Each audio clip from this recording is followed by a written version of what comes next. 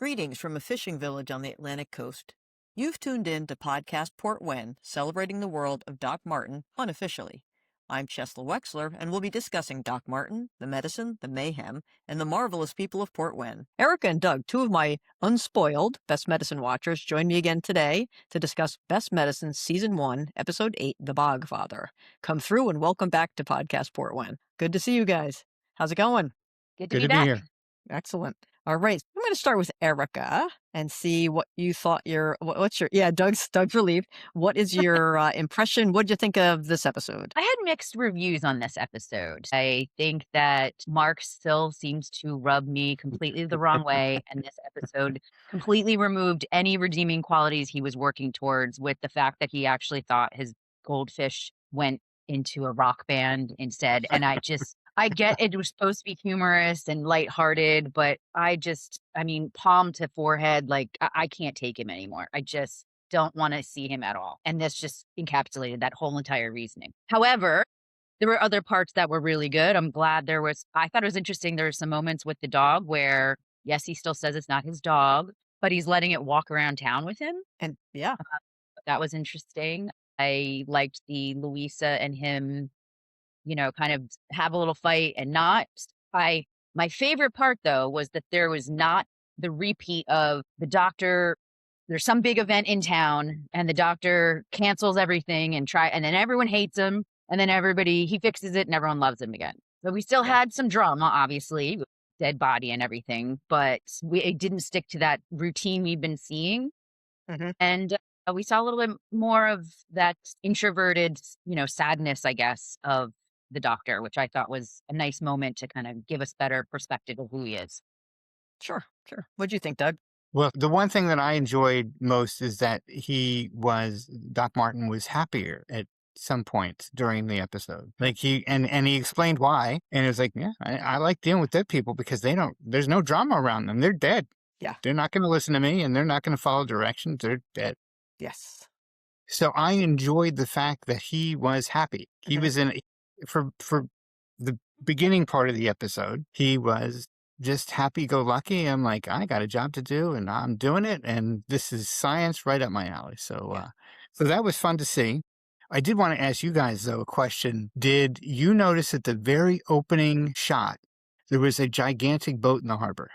No. Now I have to go rewatch. So at the very beginning, it looked like a tanker. Really? And I'm like, and I thought to myself, this is great. This is going to be about boats. Poor Doug. Sadly, it was not. And that was the only shot. There were other shots of the harbor and the boat, sadly, had disappeared. So I thought that was interesting. And I wonder why they let that in, because I'm sure those are canned shots. Yeah, I'll have to check that out. I didn't notice at all. So now you've got me interested.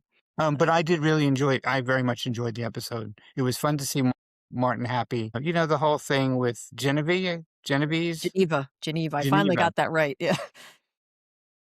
That was kind of a sideshow.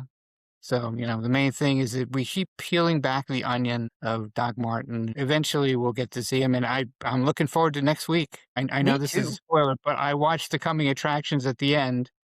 So we get to see Father Martin next week. Yes.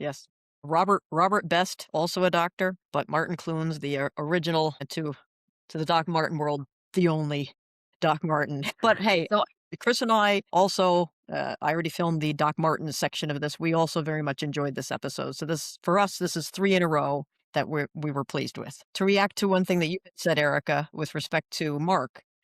Yes. I'm now accepting of Mark in the sense that he is just not the sharpest knife in the drawer. I mean, you really get the sense from what his mother said, he's smarter than his school grades would indicate. No, he's not. And I think at this point, it's amazing he's the town sheriff. It's almost like maybe because they don't have any crime, it was a job they could give him that he could manage, right?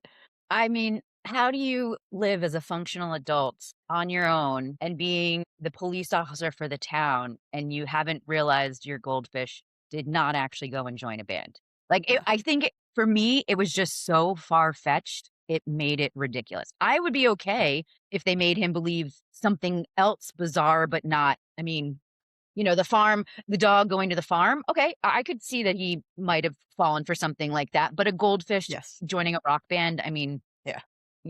come on. Yes. I know. Now, I don't know, this is gonna date me, but there was a brief moment in time where, I pretty much knew that pasta was something that people made, but there was such a convincing commercial in my youth of pasta hanging from trees and being harvested that for one yeah, Doug too. For one brief shining moment, I was like, "Is that where pasta comes from?" And then you realize, no, it's a parody, but those things can get you if But you're it at the did right take age. did it take you like 30 years to figure that out? No, no, no, no. However, I will say, though, I was amazed when I learned that the word gullible was not in the dictionary. See that? I gotcha. It is in the dictionary. But when a friend tells you something, you True. believe them, right? So True. Geneva, Geneva was somebody he clearly trusted as a child. And I still think it's ridiculous. I mean, they could have come up with something that was more believable than that. But, it's amazing how, you can bypass the critical thinking function of your brain sometimes. Aha, except we would end this podcast and I would go look it up. So for only about 45 minutes would I actually believe you. One thing that I would say about the Geneva thing, I agree that it was a bit of a sideshow, like it really didn't necessarily add to the plot, but that and some of the other just casual interactions that we see with people from the town, I think that helps develop who the people are. So now we know that Geneva and Sarah are best buds, Right. and that Geneva's been part of the town for forever, and she was part of the family dynamic in a way of Sally and Mark growing up. So you start getting a little sense of the individuals in town. Right. I was just going to say that the reason she finally gave for lying about it, makes sense. It's an embarrassing thing. No one would want to admit, my husband fell in love with my sister and on Thanksgiving they walked out and I've never seen or talked to either one of them again. And I think she said they were the loves of her lives or the only people in her life, something like that. Right. And while I would want to go to jail to hide some secret like that, maybe in a small town where that jail is as liberal as the jail is, I might want to fudge the truth and take a potential out. Yeah. Yeah. And you could tell she was very sad about the whole thing. Like she obviously had never even shared that with her best friend. Right. She was so embarrassed and so hurt by it. And now she feels like she's old and alone. Right. So we got to know a little bit more of It seems to be flowing a little better or more smoothly.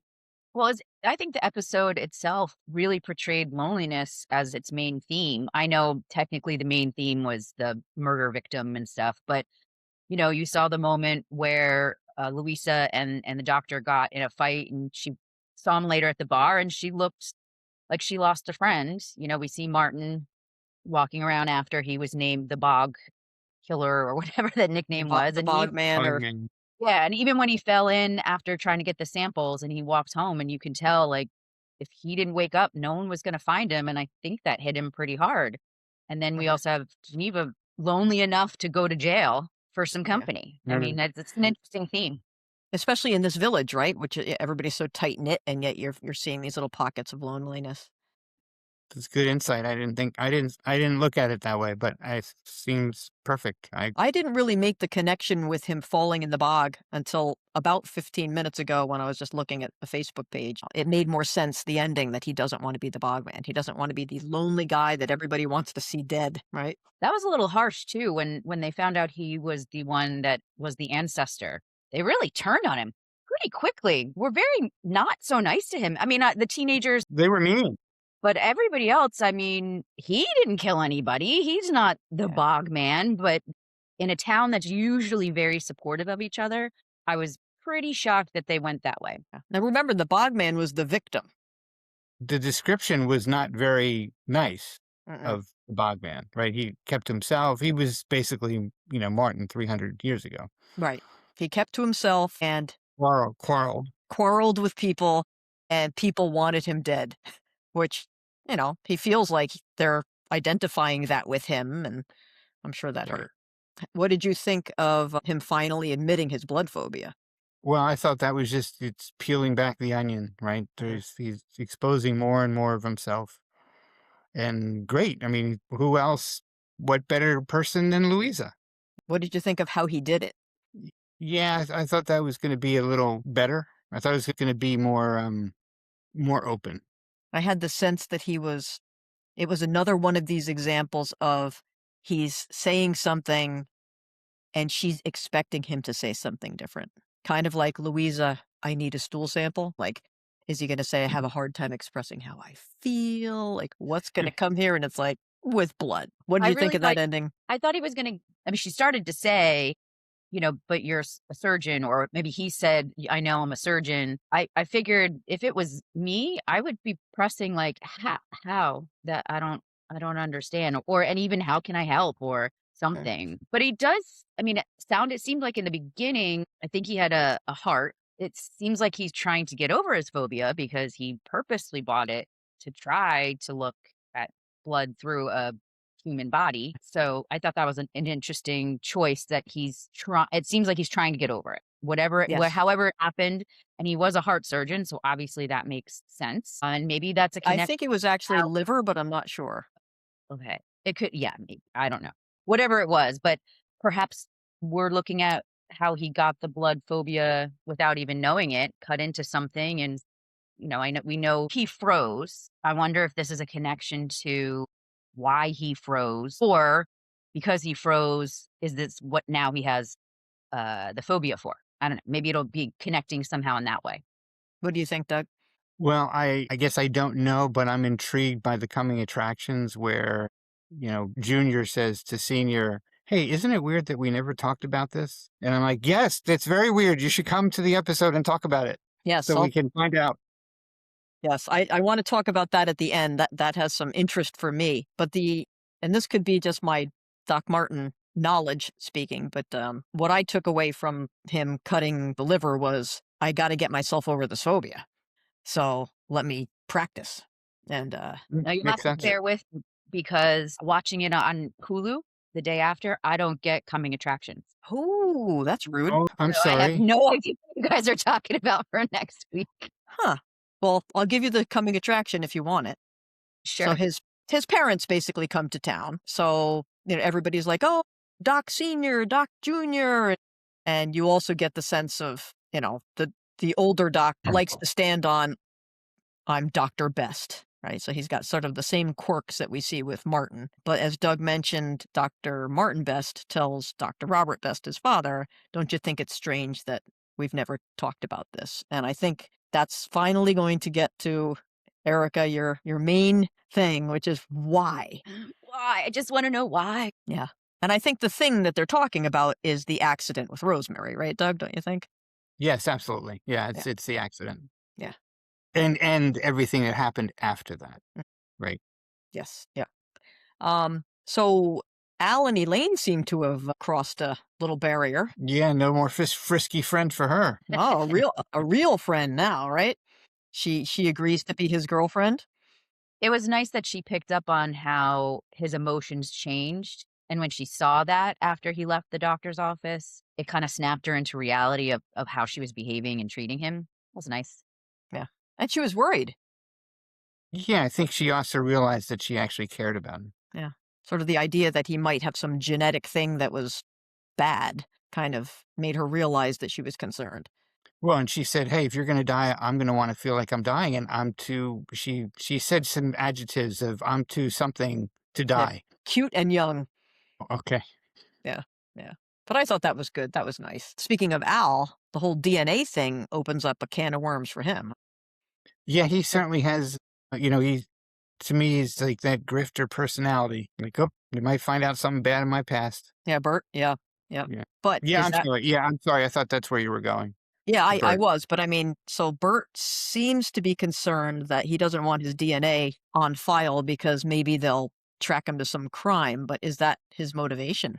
I thought after watching it, I thought that didn't want to give his DNA so that the secret that he wasn't Al's father would come out.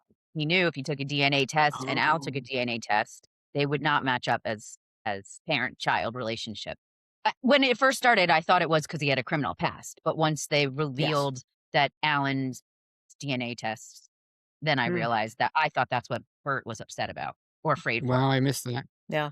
So Al basically whatever disorder he has, which supposedly is in the fraternal line, would imply that his father ought to be tall and lanky and have nearsightedness, and yet Bert is anything but that. And we don't have a resolution on that, right? Because Bert didn't actually submit any DNA, but now Al is concerned that maybe Bert's not his dad, biological dad at least. Yeah. But it was nice to see Martin try to, he recognized that. I think that was a concern of Al's. Didn't you think that, Erica? Yes, and he did it in such I thought, a very professional yet kind way. He can't reveal patient confidentiality, but at the same time, he did his best to soothe Alan in his moment there, in my opinion. Mm-hmm. Yeah, yeah. Doug, you got to go rewatch that. Yeah, yeah. I thought he was kind about that, which was nice. Yeah. Since we're on Bert, we see more grift. Now, is that to support our thought process that he didn't want his DNA to be taken because he might have a past? So did they build that story into it to kind of help veer our focus, or is he really that much of a grifter? What do you think, Doug? Originally, I thought that they built that in to make him look worse. But now that you guys have enlightened me, that okay, there's the Albert father-son relationship issue that's not real. Yeah, so I'm guessing that's why that was in there, and then he was just making money on the side from the dead body. Okay, because I was connecting the dots with the Blueberry Festival and how Bert was more than happy to accept any sort of influence in judging the blueberry pie contest, right? Yeah, that's where I was too. But you guys enlightened me. Well, I don't know. They could be both, right? I guess, but I mean, the father-son thing makes a lot of sense. Yeah, but I mean, Al has certainly been talking through most of the episodes about how his dad likes, to get a cheap buck, and don't give him all that. Don't give him too much power, and we'll see. We'll see if it's a personality trait that keeps on going. Yeah. Greg seemed more than happy to participate in the grift, huh? Well, he did list off a bunch of stuff that needed to be fixed. So maybe it was more about an opportunity than, kind of like, hey, they're in my refrigerator. How about I get a little action on this so I can fix some of the stuff that's been going wrong? But I did love his line about first he tells on us some biscuit. Now we've got a dead body in the freezer. Yeah, really. That's got to violate some sort of Board of Health thing. Yeah, I would think so. That makes the pig seem like a non-issue, for sure. Now, presumably, they'll have to give a very thorough cleaning to that walk-in freezer after all this. But any character development that we saw this particular episode? I think we've talked about a bunch of it, yeah. We did talk about it, and I've got to say I really loved seeing Martin happy for a while. Just such a change of character. And then it made it more disheartening when he became so sad and lonely later. If he was just his normal grumpy self and, I want to be alone and all that, I don't know that it would have hit me as hard for him to feel so lonely. But to see him so happy and to know that it sounds like he was happy at one point in his life, this was not who he really was really interesting. So we saw a lot of different sides of him: the happiness, the sad and lonely, the vulnerability with Louisa and the dog. I thought that was pretty good. Yeah. He actually pet the dog. I like this. I like this episode because of what Erica just said. And we got to see all sides of Martin and really enjoyed seeing him happy. Yeah. And you get a sense when he is cutting into the body, and I think Mark is there. He's talking about surgery, and Martin's just like, best job there is. Yeah. Yeah. He was on his game. And you get a sense for like, okay, now you really understand kind of what he's lost through the blood phobia. Like that, he loved that. It's best job ever, and now he can't do it. And they hit on this in the episode when he when he got the mic and kind of let everyone have it, like, take your insulin and, wash your hair, cut your hair or whatever. He then got into this body and was like, the gallbladder, the heart, we got to cut here at a tissue sample. And you saw him in his element, which might, in my opinion, might explain a little bit why he's so grumpy. Like here he was saving lives, cutting people open, his knowledge of anatomy and medicine and all of that was his day in and day out and something he thoroughly enjoyed. And ever since he's been in town, he's dealt with lice and a rash. We had that big rash that went around. The guy at the Blueberry Festival that was blue. We have all these kind of things that are very interesting medically, but if you're used to something, as detailed and stressful as surgery, it can explain why he's so unhappy. I mean, And, case in point, when he confronts everybody in his office, he diagnoses them, but do they follow his instructions? And he Yeah, must no. got to be feel very frustrating. Yeah, Very exactly, frustrating. and useless. Yeah, I was just gonna say the same word. He must feel so useless. What's the point in me doing any of this because I can't save anyone. I can't fix anybody because they don't care. Right. Yeah. And, Louisa, he just explodes on her. He kind of takes all of his frustration out on her. And then the result he gets from that is her basically saying, I always thought you were wrong for this town, and now you're proving it. So it really is, a tough moment for him. Yeah, it had to hurt him. I don't want to harp on the hematocrosis so much, but it does not take 30 minutes to take one pint of blood. I'm just gonna say, just Yes. putting it out It there. might when you're Martin and you can't stick the needle in, it takes a really long time. Yeah, that's gonna take about 4 minutes, maybe. Yeah. Wow, that's amazing to me. Really? 4 minutes? That's it? Yeah. Wow. Yeah. Wow. That's wild. That's wow. I would have thought it was slower than that. Yeah. Wow. So any other points about this episode before we talk about the teaser and next? Why did Elaine call it clause and order? I'm guessing the claw is like a crab or a lobster thing. And so it's like law and order, but it's claw and order Yeah. because they're I in get Maine. I got the Law and Order reference, but I didn't quite understand why she called it claw. But I guess I'm just presuming it's Maine, right? good point. But I'll tell you, from a standpoint of Elaine and her online presence, I thought that this episode used that well because, doing a true crime podcast when you've got a crime in town, that works. Yeah, it wasn't so flighty. It was real. Yes.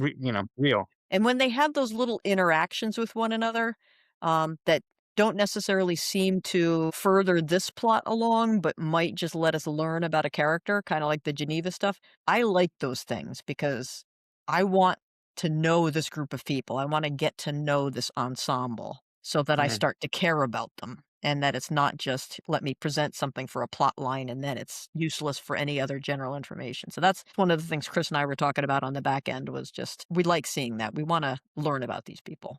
I'm very excited for next week. I got to admit, IMDb originally had this episode airing on the 17th of March, which is St. Patrick's Day. And I have plans. So I was very disappointed I wasn't going to be able to see the Martin Clunes episode, in real time. But yeah, so it will be very interesting why they haven't talked about this. Well, and hopefully that isn't just a teaser to have us tune in. He'd be like, well, because we never needed to and we're not going to now. Oh, that would Next. kill me. Yeah.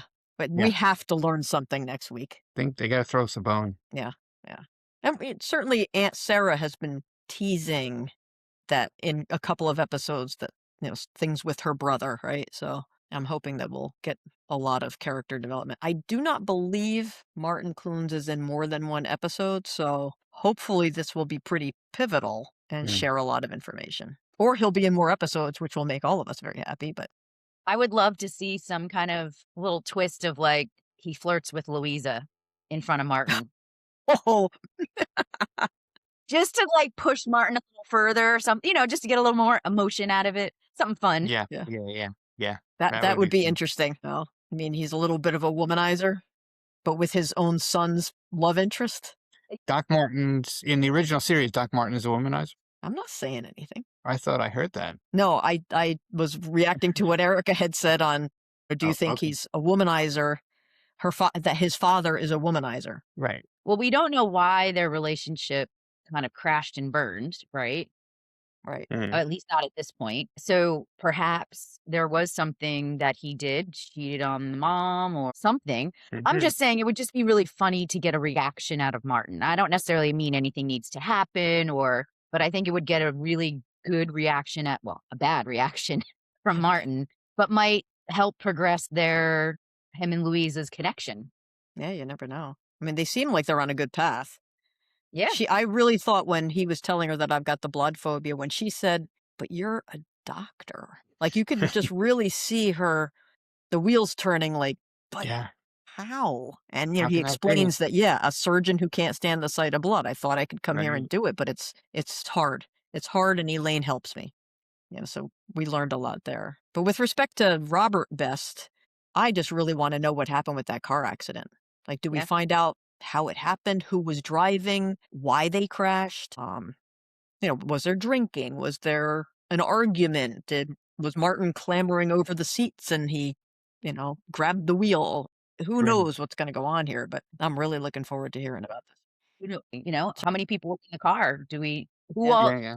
was in the car too? How do we know was it just the three of them? Was the mother in there? Was there We don't friends? even Like know you if the said, parents were there, right. It could have been Yeah. someone else Right. driving them. Hmm.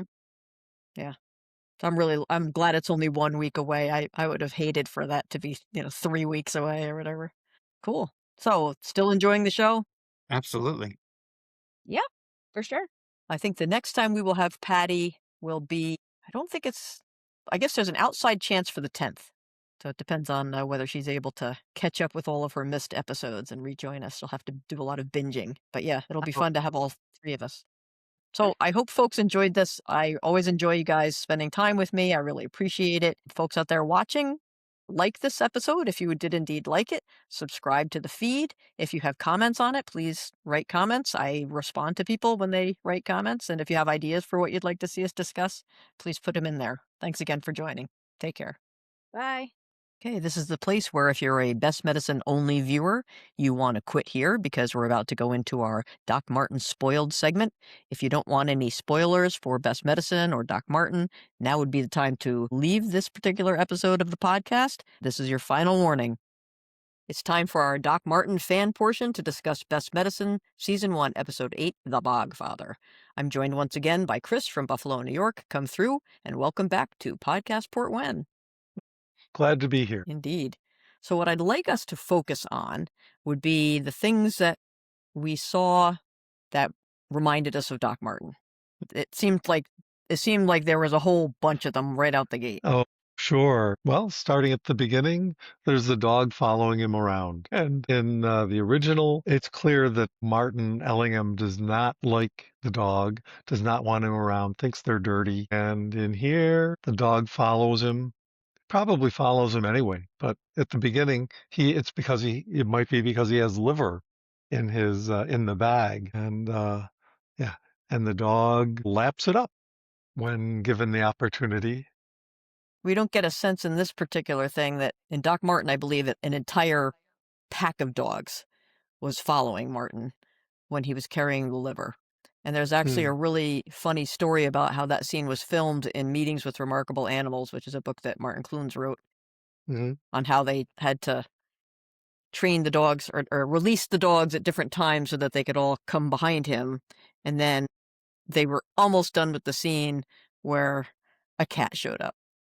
So it's a cute little thing if anybody has an opportunity to get that book. But yeah, Buddy does eat the liver in Doc Martin, but I think it's when Auntie Joan comes over and catches Martin and he's dissecting and doesn't want Auntie Joan to know.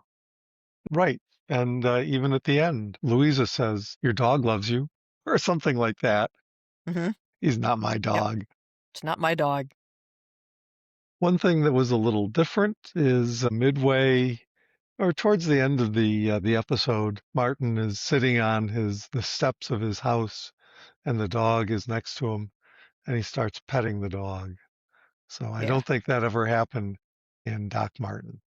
No, the only pet I can remember is after Martin does surgery on Buddy, and Buddy's in his bed with his cone of shame on, and Martin just sort of gives him a well done. But that could be traceable to Martin Best being a more sympathetic, a more human character than Martin Ellingham. Yeah. And doing more normal things. Although there's plenty of people who don't like dogs, but yeah. Martin Ellingham was a bit extreme. One thing that the kids screaming reminded me of was just, were they? Oh, when Peter Cronk has the flesh-eating bacteria or whatever, and he's trying to like tease them with it, and they're all like, get away, get away. So that just reminded me. How about DNA testing? Oh, the DNA testing. Right. I don't remember in the original when they did DNA testing? They didn't. But how did they use this plot line, though? Well, in this, I mean, they did it. They did it for two ways. I mean, one, they related Martin Best, to the Bog Man. So he's like, as they said, Portwenn is in your blood. Right. And that's completely new. We never had some sense that there was a Yeah. ancient history person that was related to Martin Ellingham. hmm Yeah. And in the second, they had Al and Bert sort of get tested, or at least Al here, and find that he has a genetic condition, which oddly his father does not have. Is So, unlikely to have, at least, right? Because he doesn't have right. the same physical characteristics. hmm And that was obviously a hearkening back to Al having blue eyes, right? Mm, And both of his parents having brown eyes. And right. Pauline convincing him that it's impossible for him to have blue eyes, even though Martin's saying it's unlikely but not impossible. Ah, yes. Right. Mm. So, sowing some doubts there Yes. about Al's parentage. Mm-hmm. Yep. And I wonder, I don't know if they'll pursue it further or if they're just going to leave that be. We know hmm how it all worked out in Doc Martin, that at least Bert's name was on the birth certificate. Presumably, he really was Al's father, but, I think that's a point of Right. debate. That might make an interesting podcast topic at some point, is things we could use a little bit more explanation about. Yeah. How about Bert himself? Oh, he's up to his old tricks. Yes. Let me make an honest dollar here. Yep. So, Bert will charge $1 for anything, won't he? right. Yeah. So it's a little bit more explicit and almost over the top in the new show in Best Medicine. In Doc Martin, it's sort of part of his character. It's just sort of, and I don't know, innate that he does these things. Yeah, tries to run things to his own advantage. But it's work, too. I mean, he sort of makes a job out of it. Like he sells hmm water, or he sells hmm whiskey, or hmm he's the guy charging for the Christmas grotto, hmm right? Or he's taking Yeah. bets on the gig race. hmm Yeah. It's there, but it's not a straight out and out bribe me to get into this thing. hmm Yeah, it's not as front and center. Yeah. So it's like if you have part of a scene, it's like this part, and yeah, that's sort of Bert's part. Here, it's sort of like front and center. It's Yeah. like thrown in your face. I did think that Martin and Louisa had some nice moments together. hmm There were some awkward moments where Martin is just saying basically, yeah, after some awkward moments with Louisa in the surgery and saying, well, yeah, and you seem like cheerful. Yeah, I have a new patient. He's dead. He doesn't talk to me like my live patients do. Right. So, which sort of Was that a fun moment or a nice moment? I thought that was kind of a fun moment, but that was a fun moment, and that's sort of comparing that to some of the moments in Doc Martin, where Louisa and Martin are together, and Martin says things that are totally inappropriate. So, yeah, uh, that's so, true. Yeah, there's plenty of that. so this was kind of like not so much as a totally inappropriate thing. He sort of explodes in the surgery, sort of, I guess, just because the blood phobia and the things Yeah. going with that. Yeah, it's a good point because, certainly Martin Ellingham, he just says things and he's just brutally honest and inappropriate. And it's as if he doesn't even know that what he's saying is inappropriate. Whereas Right. Martin Best is just upset and angry. Or hmm in this case, he's like, this is good. He's actually able to slice into a body without a problem. Hmm. So he's in a good mood.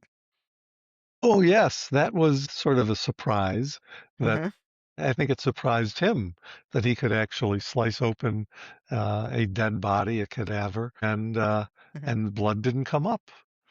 So Yeah. yeah, Yeah. several of the people around him said, "Gee, you're in a good mood," and he did hmm seem a little chipper. So Yeah. because hey, he could actually operate, he could use his skills hmm and not be grossed out or Yeah. have his blood reaction because there's no flowing blood.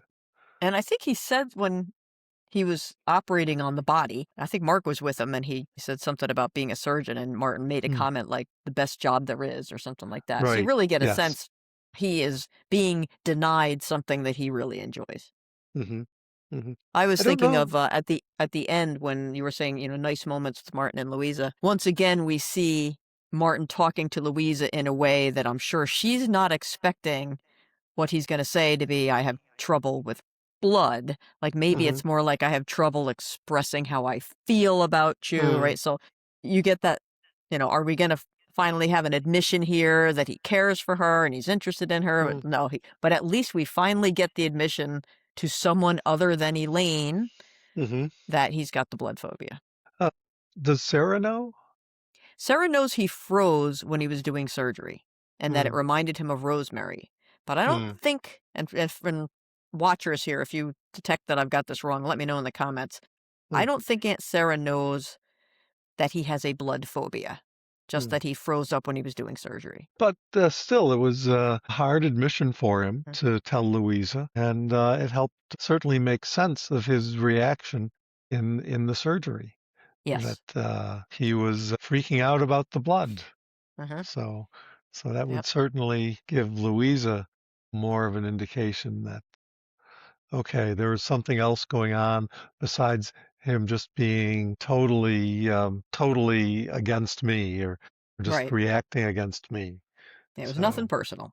right. I thought, talking about the surgery, all the patients are back with their same symptoms. And of course, they're not doing any of the things that he asked about. I thought it was fun that he went into Hmm. the waiting room and was actually like, Hmm. you know, people. And he has his moment of revenge, or not necessarily revenge, but telling people to do things when they have their sort of town meeting or village meeting about the Bog Yes. Man. And well, what should we do now? Mark says, I've given this a lot of thought. Here you go, Doc. Yes. I wonder if they talked in advance, like Martin said, I want to talk to them. Mm, And that was funny because I thought of Sports Day and Auntie Joan's funeral were two places where he had a mm, microphone and an audience, right? mm-hmm, And mm-hmm. both times he Oh talked yes. about eating healthy and Mm-hmm, getting proper exercise, which may not be the exercise that Louisa is recommending, but mm-hmm. castigating everybody in Auntie Joan's funeral about being obese, right? Yes. Yeah, that was fun. That reminded me of that. Speaking of Mm-hmm. Mark, though, he seems pretty excited to have an actual crime. That reminded me of Mark and Joe, Mm, right. and he actually solves it, Right. Right. right? So, yeah, surprisingly enough. They had an autopsy here, and I was trying to think of whether Doc Martin had any autopsies, and the only one I could think of it as being part of a plot line was when Hmm. Phil Pratt's wife died, and Phil was blaming Martin for not doing anything. Oh, right. And they were waiting for the results of the autopsy so that Martin Hmm. could say, yes, she died of a pulmonary Mm, embolism or whatever, and just like hmm. he had said. But Hmm. until that point, Phil was blaming him the whole time. Right. Right. But Martin doesn't actually perform the autopsy. No, no. So I don't think he performs any autopsies. Not So Martin Ellingham. Nope, not. nope. Yeah. They certainly made Mark look extremely gullible and naive. Yes. More so, I think, than in Doc Martin. Oh, yes. I mean, Right. Penhale's just sort of simple, Hmm. and Mark Milo is gullible for internet vitamins, right? But Hmm. I mean, neither one of them, I think, would have believed that their goldfish ran away and joined a band. Right. Cutie and the goldfish. And you get a real sense there that when his mother, Sally, the pharmacist, said, and he's smarter than his school grades would indicate, maybe not so much. Right. Yeah. One last thing I could think Mm-hmm. of that really brought Doc Martin back to me, and Hmm. you almost have to rewatch it. I noticed it at the very last minute, and it's because Hmm. I'm tuned into music. If you Hmm. listen to the scene where Martin has just told Louisa that he's got this blood phobia and he starts to walk away, I swear that music is just a riff on Colin Towns' Doc Martin music. Okay. That is not It something that I sounded noticed. Yeah, it sounded very Doc Marteny to me. It didn't have, like, the Mhm. same sort of guitar, but it had the same sort of, like, tango-y kind of rhythms. Mm. Mhm. So, if Mm. you get a chance, check I'll go that out. back. Mhm. What was your overall impression on the episode? Oh, I liked it, Yeah. actually. I must admit I fell asleep during the episode the first time, but Just like Doc I Martin. was Yes. So it was actually just before our podcast here that I did watch all of it, and things made a lot more sense. Yes. And I liked it more. Yes. The moments, the moments between Martin Best and Louisa, I thought some of them were actually very nice. Mhm. So I did like that. And also some of the moments with the villagers together doing normal things, I thought was Mhm. good. A Yeah. couple times in the Salty Breeze when they're sort of gathered together, having their sort of morning donuts and coffee chat. That was very Mhm. nice. Yes. That was good. I did enjoy the neighborhood watch patrol Yes. as they're moving around. Uh, it is nice to sort of see those elements come through. I Um, agree. there's some things where it's still a little over the top, a little forced in sometimes, but overall, I think um, it's growing on me. Yes. Like So gangrene from the like bog. gangrene. Not really. No, I agree. This is 3 episodes in a row now that I've been pleased. I just get the sense now from a Mark perspective that he's just not gonna be the sharpest tool in the shed, and which is Mm, fine. I mean, Joe Penhale was not the sharpest tool in the shed, so I'm fine with that. I liked Elaine's use of social media in this one.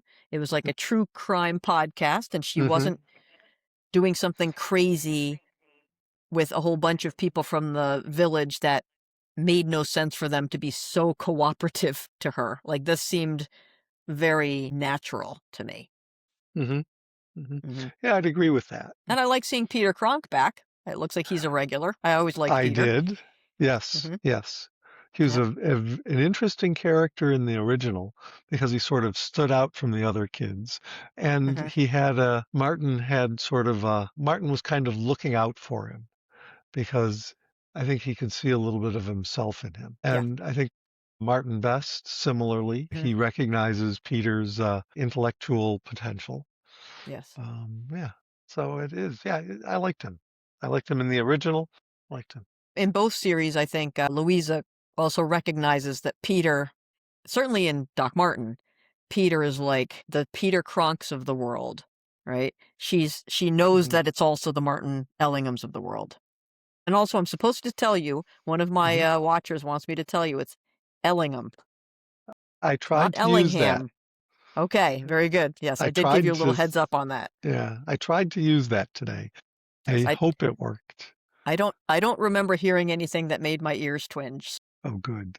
Very good. Yeah, we don't wanna upset the watchers. Any other points you'd wanna make about this particular episode? I think that sort of covers it. Yeah. Are you hoping for a renewal? I am. Good. So I Yeah. would look forward to seeing more of it. Next week should be fun. Oh, yes.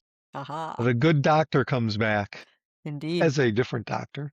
Yes. And it looks like they're conquering hey, there's really very little age difference between Martin Clunes and Josh Charles with Hmm. sort of an older man's voice is what I took away Mm, from it.